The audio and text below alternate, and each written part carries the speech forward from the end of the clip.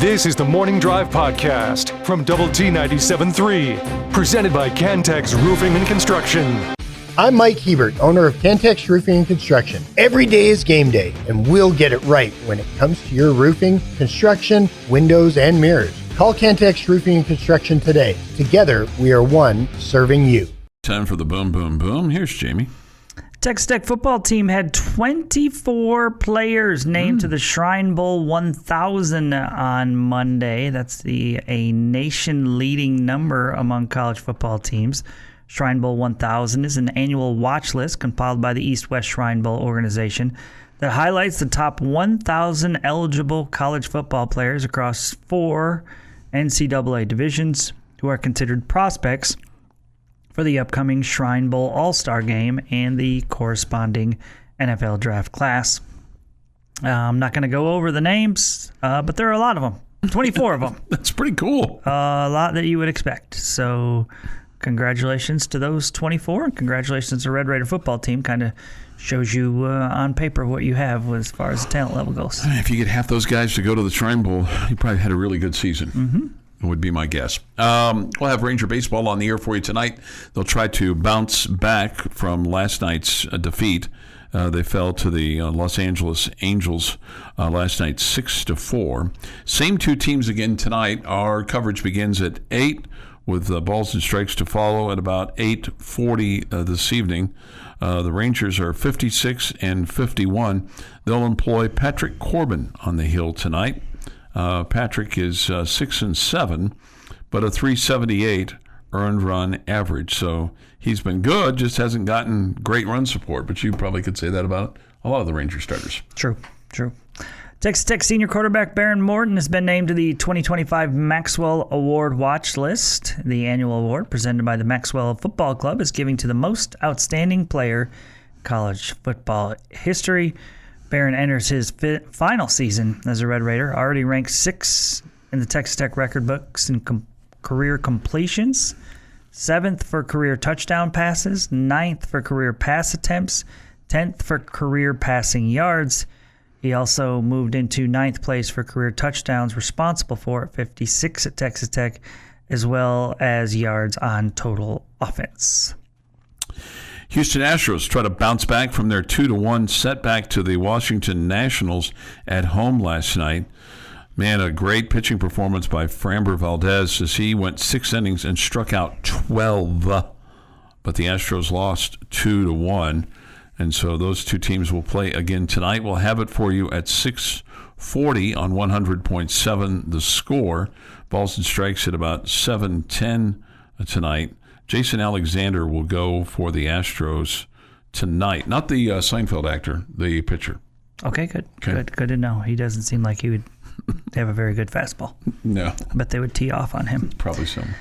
All right, Softball America has released its rankings of the top transfer portal classes in the country. It features the Texas Tech Red Raiders as what number, Chuck? Number 1? Number 1 for the second consecutive season. Number 1. Texas Tech finished its historic 2025 season as the national runner-up at advancing to their first ever Women's College World Series. They lost 2 seniors off of last year's team and replaced them and many others with a bunch of really good players. Mm-hmm. I met a guy the other day in line from Louisiana Lafayette. Wasn't very happy with Texas Tech. Yeah, I can't imagine they're big fans of us. No. I can't imagine. Wonder why. Another day, another injury for the Dallas Cowboys. This one to rookie tackle Tyler Guyton. He was your first-round pick in 2024. He was a rookie last year. This is his second year. He played 15 games, obviously. But they thought they would lost him for the year with a knee injury, but it's just a fracture. He'll be out 4 to 6 weeks. They thought he had torn his ACL, but it's a bone fracture in his knee, so he'll miss 4 to 6 weeks. But man, that's 2 big injuries in a couple of days for the old Cowboys there in Cowboys training camp. At least we're not quoting Jerry Jones today, so that's good. Yeah. Philadelphia Phillies star Bryce Harper reportedly stood nose-to-nose with Commissioner Rob Manfred during a meeting between the Major League Baseball commissioner and the team last week, telling him to get the blank out of our clubhouse. He didn't say blank. If Manfred wanted to talk about the potential implementation of a salary cap, confrontation came in a meeting, one of the 30 that Manfred conducts annually in an effort to improve his relations with every team's player. That lasted more than an hour. Manfred never explicitly said the word salary cap, but the thought of the economics raised the ire of Harper, one of the MLB's most influential players and the two-time National League MVP. Apparently they did shake hands later in the day, but now Harper would not return his calls the next day. Manfred, according to sources, responded that he was not going to get the blank out of there, saying it was important to talk about the threats to MLB's business and ways to grow the game. Seems like there'd be a better way to handle that. Oh, which part? The commissioner and Bryce Harper, too. I mean... Well, definitely Bryce Harper. I don't think there's any question there. Suggestion? Just have it in a meeting room, not in the clubhouse. I view the clubhouse as the player's sanctuary. Unless it was, I mean, was it an organized meeting? Was it something that the players knew was going to take place? Oh, I'm sure. Yeah, I'm sure. It's probably the most comfortable for them to sit there be in at their their chairs lockers and be relaxed, rather than sitting in a silly meeting room. Yeah, well, he took offense, obviously. Obviously, the Major League Baseball players, the thought of any kind of salary cap drives them nuts. Yeah, nobody wants a salary cap. Yeah. Nobody wants a salary cap. Yeah, I kind of disagree. I mean, I'm talking about not necessarily with. I'm talking in general. In general, you don't want a salary cap at your place of business. Yeah, not in MLB, not in college football, right? No. Well, yeah, probably makes sense to have one in college football. Not if you're a Texas Tech fan, it doesn't. Not now, it doesn't. Nope.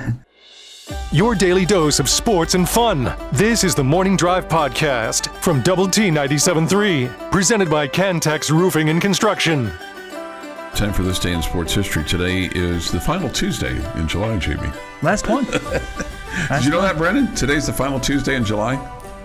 I'm going to be very honest. I had no idea. There'll never be another Tuesday in July in 2025. In 2025, yeah. Today's never again. July the 29th, 2025. It's kind of a little inside joke for us. I generally will say it's the last Monday of the month or the first Monday of the month. And so we kind of went through the Tuesday, Wednesday, Thursday, yesterday. So carry on, sir, with this day in sports history. All right, we'll start on this day in 1915. Honus Wagner, at the age of 41, hits a grand slam for the Pirates. On this day in 1974, St. Louis Cardinal Lou Brock steals his 700th base.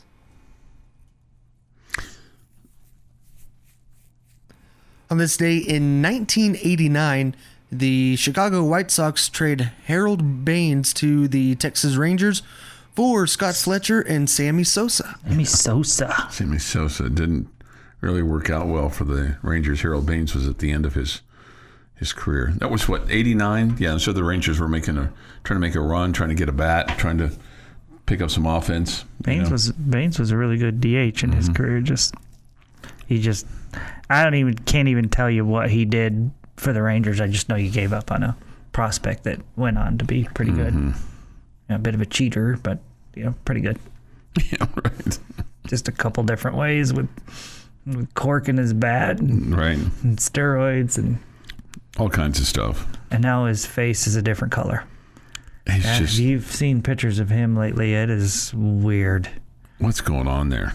That is a great question, Chuck Heinz. Great question.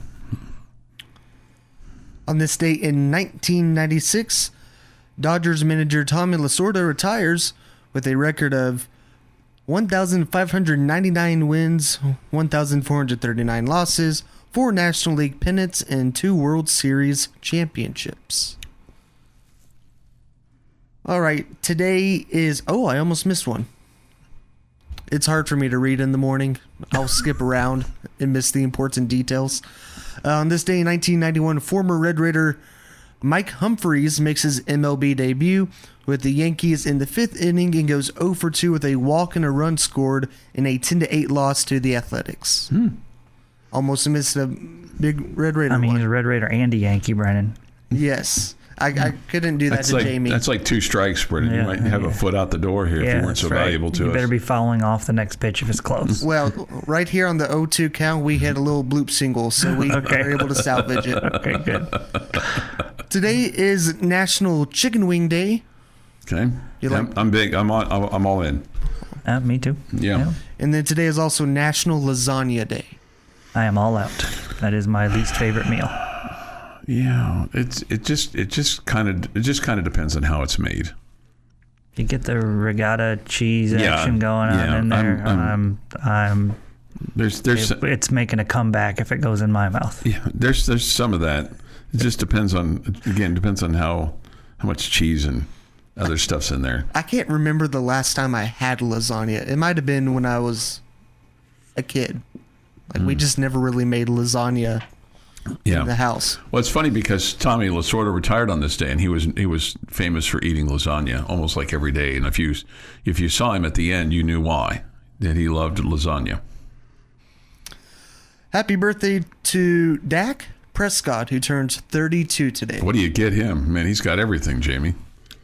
How about a Super Bowl ring? How about a playoff win? How about an NFC championship? Yeah. How about an ability to understand you could still be really, really rich, take a little bit less, and it'd be way more fun to win.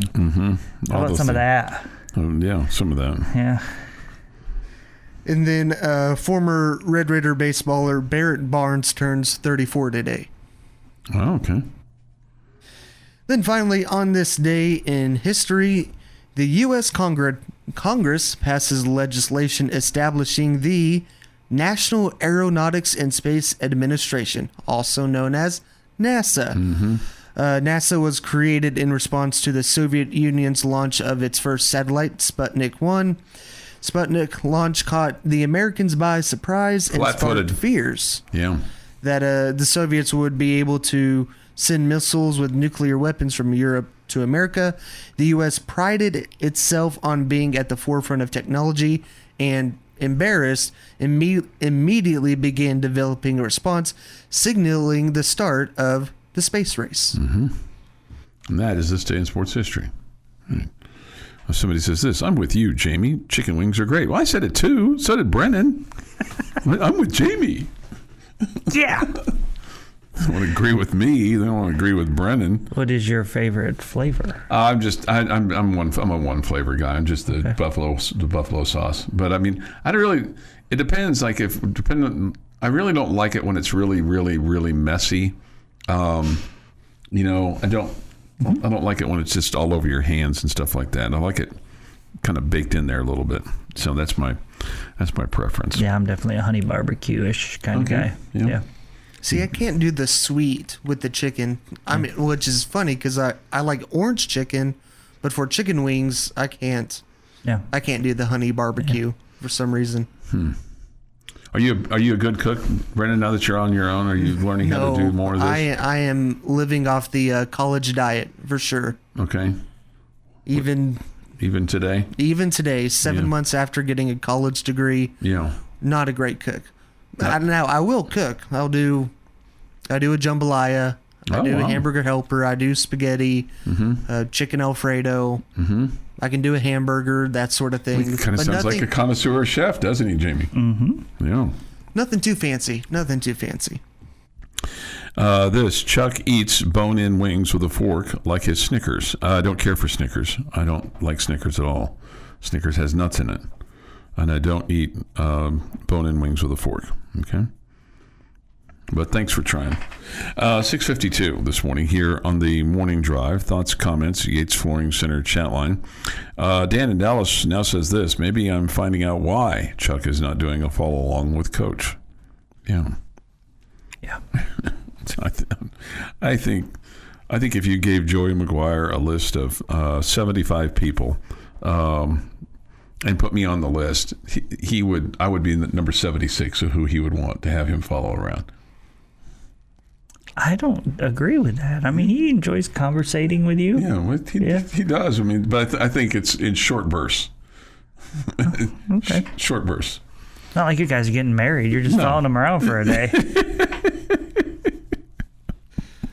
Would you assign somebody to have a camera? Would that make it more entertaining for you? Oh man, we have put together the greatest day of Chuck Heinz' life right now. Would that be fun? That would be fun. Yeah. Yes, that would be fun. Get to hang out and be in the meeting room and kind of go in, get inside the war zone, so to speak, and the war room, and then I wouldn't be able to help myself because I'd say, well, Coach, what if you? Yeah, who's the guy from Silence of the Lambs? What if you tweak this just a little bit? Hannibal Lecter? Yeah. You know that mask they put on him? I'm just wondering how deep into the day before Chuck they put one of those on Chuck. And he still gets to be, tag not for along, fear but that he's in the little dolly with the mask and he's got the straight jacket on. Not for fear that he's going to eat them like Hannibal Lecter, just to keep him from injecting, as he says, into the conversation. Yeah. Somebody says breaded or naked wings. I think naked wings really. I don't. I like them both. I like different flavors. I don't like them hot. That's all that I ask for. I don't need a challenge with my food. The breaded just makes it. I'm trying not to do that. So. The Morning Drive podcast from Double T 97.3 is presented by Cantex Roofing and Construction. Next, Jamie's question of the day. Jamie's question of the day on Double T 97.3 is brought to you by Connecticut of West Texas. Okay, gentlemen, I hope this one is not too difficult for you. Oh, man. We are heading into Red Raider football season. Mm-hmm. We're getting there. Okay. Still in talking season. No, we're still in talking season. Mm-hmm. And while we're in talking season, we can be in writing season too. I am asking you guys to write 3 headlines if you were writing preview stories for the Red Raider football season. Okay? What are the headlines? What are the storylines that should be talked about heading into this year? Okay, one headline. Expectations couldn't be higher. Okay. Second headline. Defense could be its best ever. Maybe even should be its best ever. And can Baron Morton stay healthy for 12 games? Okay. I would prefer it be like 15. Okay. Yeah. Well, if he's healthy for 12, 16. You have a shot at 13 and 14. I think the first one that comes to my mind is, can Texas Tech football get over the hump? Maybe more specifically, can Joey McGuire and Texas Tech football get over the hump? Second one for me, kind of this, focusing on Baron Morton. Can Baron be a leader on the offense? And then third one, what can we expect from the Texas Tech linebacker position? Okay. It's interesting you both went with Barron. I feel like Barron's a known commodity. Well, my only question is... He started 12 games last year. Okay, but I mean, he wasn't 100%. No, I mean, he started 12 games. He didn't finish all 12. Yeah. He started 12. I don't question his ability to lead. I think he's got a strong voice on that football team. My only question is, will his arm hold up? Yep. Shoulder hold up? Okay, so first one for me was one that Brendan used a word that I was going to use. Is this the year the Red Raiders finally get over the hump? Okay. finally get to the Big 12 championship game. Number 2 for me is, let's put it this way. Red Raider football 2025. Does Mo money equal Mo winning? Okay, that's good. Okay. And the third one for me is, something to the effect of, is this Texas Tech's best trenches ever? Are we the best ever that we've been on the offensive and defensive line? Something to that effect, and how it affects your team. Are you set up there in the trenches better than you ever have been before as a unit, or 2 units together, offensive and defensive? Sure feels that way, doesn't it? Well, it definitely does on the defensive side. I feel like we trust what we have heard about the guys coming in on the defensive side, and like seeing these rankings of being one of the top defensive lines in the country, and we're all like, yep, I think that's going to be the case. And then we see that you're bringing in talented offensive linemen, and we're all like, yep, we'll wait and see on that. Because we're so nervous about offensive line, right? Well, we don't trust what anybody else says. We're like, not until we see it. Yeah. Defensive line, oh, you say they're good? Okay, yeah, we're going to be great on the D-line. Offensive line, yeah, we'll wait and see on that. Am I wrong? No, because but I think that's fair too, because of just the past. Of what we have been told, that it's going to be a strength, or and Coach McGuire is not the first coach to ballyhoo his offensive line. There have been others that have, said that, hey, we've got a veteran crew here. We got all these guys coming back. We're healthy. We're going to protect the quarterback. Blah, blah, blah, blah, blah. And 2 of those former head coaches were former quarterbacks. They know how important the offensive line is, because when they were playing, Matt Wells and Cliff Kingsbury, they had a line up front that protected them, gave them time to, get rid of the football. So they know how important that is. And Joey McGuire is a defensive guy, and he knows how important an offensive line can be, or a weak one. If you got a weak offensive line, then guess what? We're going to attack that quarterback. We're going to flush him out. We're going to force him to make mistakes. And, the more that you force mistakes, the more that you can get turnovers. And then all of a sudden you're doing the whole take 3 thing, take 4, take 5, all that stuff. But yeah, I think you're right. I think we always give the defense a pass because it's just been so bad. It's like, well, this guy surely is better than the previous guy. We have such different expectations, and we treat the defense with kid gloves. Anytime it's even remotely good, we're excited. Yeah. Yet our offense, which was like the best in the Big 12 last year, all we ever did was criticize it. Yeah. It's like if you have 2 kids and one's like the straight A student and he or she gets a B+. You're like, hey, what happened there in that science class? And then you got your C student over there that struggles to get up in the morning, struggles to make his bed, struggles to comb his hair, and does something right, like gets in the car without being told. And you're like, hey, good job, Johnny. And you're praising that kid and the kid over here is like going, well, what about me? Well, you got a B+ in science. Yeah. Our expectation for you is much higher than for him. Okay. Your brother over here, not so much. Was this a personal story? Not really. I'm the oldest of 5. By the time my brother and I were really in 9th and 10th grade, respectively, I was in the 10th. My parents pretty much had forgotten about us. They were focused on the other 3, just because the other 3 needed more. We were self-sufficient. Yeah, my brother. We rode our bikes to school. We bought our own bikes. We bought our own cars. Hell, we paid our life insurance policy. While you were young? Yes.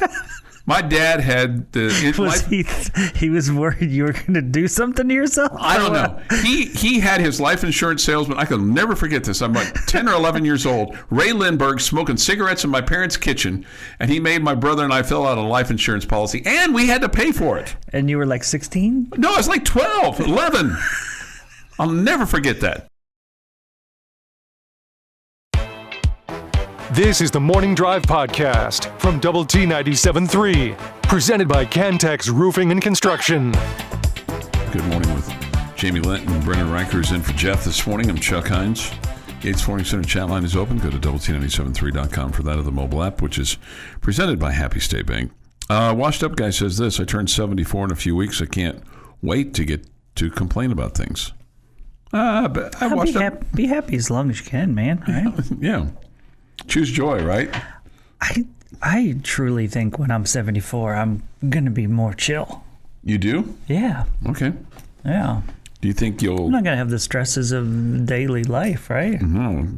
You hope not. You know, you sleep in, you get up, you maybe take a walk with the missus or whatever. Rake the yard, something like that? Hey, you rake the yard, you mow the lawn, All those kinds you're of out there things. with my scissors trimming it perfectly so it looks nice, right? You know, you probably... I don't know, you go see the grandkids and, right. make them hit some balls and put up some shots. Put some shots up, right. Yeah, we'll make sure they're working. No question about that. And then, probably stroll back to the house about, 5 and start getting ready for bed. Can't wait, man. I'm going to get so much sleep. You don't use scissors on your yard, do you? I have before. You have? Like in the areas, so if you have the fence and you have the post side is in your yard, right? Okay. So the area behind the post or right around the post, really behind it, your weed eater won't get to it. Sure. Okay. And it'll grow up big, kind of behind the post. And so there's been times. There's been times when I would go out there if I had like somebody coming over, I wanted it to look good. If I was hosting a gathering with the family or whatever. I got you. My father-in-law was coming over. I wanted it to look good, so I'd go out to the 8 or 10 posts and chip around it. Does he it would undergo? take, every bit of like 3 minutes. Yeah. Yeah. Does he go on inspection when he comes to Lubbock? No, he tends to fix a lot of things. Does he? Okay. Yeah. Okay. Because there are certain things that my wife knows that I don't excel in, like anything that's plumbing wise. Right. I don't. And so I'll come home from work and he's working on something. Oh, wow. Okay. Yeah. Okay. Can you loan him out? Sometimes he ropes me into helping. Yeah. He ropes you into helping. Yeah. Do I loan him out?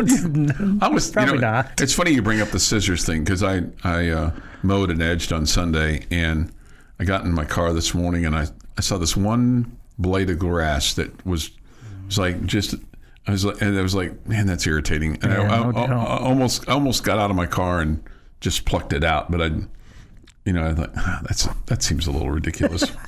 But then I hear you talking about scissors. I'm like, yeah, I can kind of relate to that. We had this question, and then I've got another question for you, and Jamie will have a question for all of us at 7:30. This person asked this with regard to Texas Tech football. Is it just me, or does Tech's football team seem much quieter this fall, less hype coming from the program? And I think that's the key, coming from the program. We've talked about this a little bit. Do you feel that way? It's not that it's quieter this year? From the program. I guess I could believe that. I mean, I feel like we gave him some grief for, being Coach McGuire talking about the offensive line his first time. Then last year feels like we gave him grief for talking about the defense having so much depth. And ultimately they were horrible on defense. So, maybe a little bit. Maybe they're just feeling like... it feels toned down, definitely. Yeah, but being at Big 12 Media Days and talking to Coach McGuire and talking about or talking to the players, they feel like they have really high expectations. I don't think the players were running from the fact that they absolutely should be the Big 12 champion. They feel that way, and they're not afraid to say it. So, if you listen to those interviews, I don't think it's a hope. I think it's an expectation. And so I don't think they're running away. Maybe they're just not finding themselves in front of the media as much. I don't know. Maybe the storyline is not about can Joey Maguire do this or can this team do it, but the storyline instead is, hey, you've got the best roster. You better do it. Yeah. Okay? Mm-hmm. You don't need to. Joey Maguire or anybody on that staff doesn't need to be hyping up this team. No, it's hype. Yeah, it's real. That roster's real. It's kind of like if you use charcoal for your barbecue. Once you've lit the flame, you don't need to squirt more juice on it. Yeah. Okay. Okay. Because what happens is, and I've never had this happen, but it's come close. Like if you feel like that you want a little more fire and you squirt a little more juice on there, that flame can come all the way back to your hand, and that can blow up in your hand. So that's just not that it's ever happened to me, but I mean that's always the caution. Mm-hmm. You don't need to squirt any more on there, Chuck. It's already the fire's going. Yeah, and I feel like that's the way it is with this team. I mean, we all see what you have done this offseason. We all see where your transfer portal class was ranked. Mm-hmm. And so nobody, or maybe they just feel like this team can talk for themselves, like with their play on the field. Yeah, nothing would please you more, would it? I'm a fan of that. Yeah, nothing would. I think all Red Raider fans, whether they talk or not off the field, they just want it to be really good on the field. Let your play do the talking. Somebody brings up, and also talking up Micah Hudson. Yeah, we have heard zero about that this year, and there's for obvious reasons, right? For obvious reasons. But yeah, it does seem quieter. Okay, it does seem quieter. I mean, we had Coach McGuire on from Big 12 Media Days, and he, the last question he was asked and answered was, "This season will be a success if." And he said, "We're right back here in Dallas playing at the Big 12 championship game." Mm-hmm. That's how you're going to define success for this football team this year, by hook or by crook. Find yourself a way back to Arlington and playing in the Big 12 championship game, and it doesn't matter who you're playing against. And I really think, if let's just say you got to the Big 12 championship game and you lost that game and you didn't make the college football playoff, by definition, you would say still a very successful season, because you're going to have a very good bowl game to go to. I mean, it just depends who's making the definition, but me personally, I would still call that a very successful season. Yeah, but that's for I don't get to make the definition of successful. Yeah. I mean, because you and I think that doesn't mean that everybody else does. I mean, the team probably feels like it wouldn't be. Yeah. Yeah. No, you're right about that. I mean, just because we think it doesn't necessarily mean that they think it. Yeah. If they're thinking like we're thinking, you're probably like, what? You're probably thinking, if they're thinking like we're thinking, you're probably thinking, what are they thinking? Thinking like them. Oh, man. Right? Brendan, do you have any Advil? I can't think right now. Yeah.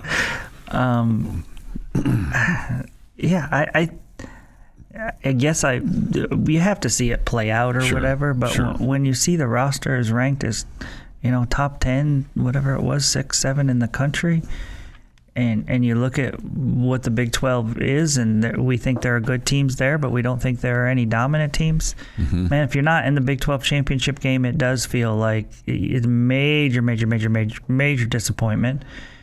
And you feel like right now that you, not being a homer, that you feel like that you have a legitimate chance to make it to the playoff because you can win this conference. Yeah. And so, anything short of that, I feel like is going to be a disappointment. But that doesn't make it a non-successful season or failure year. Yeah. The Morning Drive podcast from Double T 97.3 is presented by Cantex Roofing and Construction. Good morning with Jamie Lent, and Brendan Riker is in for Jeff McGuire this morning. I'm Chuck Heinz. Great to have you amongst us today here on the Morning Drive. Take your thoughts and comments on the Yates Flooring Center chat line. Go to doublet973.com for that of the mobile app. The Visual Edge IT hotline is open too at 806-771-0973. We'll hear from the head football coach today, Joey McGuire. He'll meet with the media. We're going to hear from him a lot because he's going to be on at 9:30 talking to the media, and then he'll be on at 10:15. Oh, nice. To talk to Rob and Craig. Oh, very nice. Yeah. Very nice. So take that first 30 minutes as the pregame show. Okay. Love that. Okay. And then he'll entertain Rob and Craig. Okay. Mm-hmm. That'll be good. That'll be good. So Coach McGuire will be on today on 100.7 The Score as part of our coverage from 9 until 3 today from Texas Tech Media Day. I can give you the full schedule of who's going to be on. Oh, I'd love that. 100.7 The Score if you would like. Absolutely. So you'll get Coach McGuire from 9:30 to 10 talking to during his press conference for the entire group. So you'll get questions from other media members and all that. He will join Rob and Craig at 10:15. Okay. At 10:45, you'll hear from Coy Aiken. At 11:15, it'll be Skylar Gill Howard. Okay. 11:45, it'll be the great one, Robert Giovanetti, joining us to talk all things Red Raider athletics. Okay. At 12:15, either John Carlos Miller or Davion Carter. And then at 12:45, it'll be Kenny Perry. 1:15, Mac Leftwich, and 1:45, Shale Wood. Wow, that's a star-studded lineup there today. Well, we are the Star Studders. Yeah. The star-studders are Rob Rowe, Craig Wells, Choice Woodman, Jamie Lent. They were not going to be there early enough to be on our show. I know. So. We could have had breakfast burritos with, the Would you like staff. to take my spot this afternoon so you can chit-chat with those guys? No. I will let you. No. Seriously, I will let you. No. Are you sure? Yeah, no. Choice would probably enjoy that. No, I think Choice enjoys you way more than me. I think he views me as this old man. I think that's how he views me, too. So we talked about Chuck following Joey around. Would you allow Chuck to follow you around, Jamie? No. He gets enough of me Monday through Friday. I wouldn't allow anybody to follow me around unless it was probably one of my kids. Mm. Yeah. Yeah. Would you? Or Winfield. Yeah. Which is one of my kids. Yeah. Yeah. Even Mrs. Lent, she would ask too many questions. She would ask too many questions. She would be intrigued by things and ask questions. Yeah. Oh, yeah. Yeah. See. My daughters would be bored of it all, so they would just be quiet. I think your oldest would be very congenial, going out into the public and visiting with folks. She's definitely the outgoing one of the family. I think the youngest one would be like, really. Yeah, she's the youngest one has got my personality. She's a chip off the old block. Choice says he loves me. Yeah, I love you, Chuck. I love you, Chuck. Go. Oh, thank you, Choice. Mm-hmm. Thank you. So, but he doesn't necessarily want to spend 15 hours a week with me, I'll bet. Well, that's because he would have to get up early. Yeah, right. He doesn't want to do that. Star-Stutter's horse name, yeah. So I like that lineup today. That's a star-studded lineup today. So, I'm really curious to hear from Shieldwood and Mac Leftwich today and hear what they have to say about their respective units and how they've either because I think on one hand you've got an offensive coordinator who's somewhat adapting to his players and they're adapting to him. Okay, it feels like there's give and take there because of what you have going on there. But defensively, it feels like this is what we're going to do. Mm-hmm. And it feels like that probably the philosophy there is like, okay, we brought in all these guys here and we brought me in here, and basically everything that took place last year we're not going to do. We're going to have a brand new system. Yeah, and there's just so much that's different. First question I have for Coach Wood is how do you say your name? Because I've heard people in the know say it differently, and I would like to hear it from his mouth. Oh, okay, good. How do you say your name? Okay, yeah, that would be first. Mm-hmm. There's just so much, but when you're talking about the defense, there's just so much different, right? Because you have such different personnel. I mean, I'm sure the scheme that you used last year with the personnel that you have on defense this year probably would have worked. Yeah, Tim Druder would be like, hey, give me that roster, and we'd have a hell of a defense. Yeah. Yeah, so I think that it probably would have worked. And so you're going to have a different philosophy. Sure, I would assume it's going to be different and a different way of doing things. So it'll be interesting to see what those are. But we all know that the talent that you have should make any system be better. Mm-hmm. Yeah. You know, I guess in the case of the defense last year, you couldn't fire the whole defense. You just basically fired the defensive coordinator. But kind of you did. you brought in a bunch of guys to replace them, right? Yeah, you did. Yeah, not the entire one. Right. Okay. Because Jacob Rodriguez has still got his spot. Mm-hmm. We know that, right? Yeah, and Ben Roberts has still got his spot. And then John Curry and there's Mo Horn, and there's Charles Esters.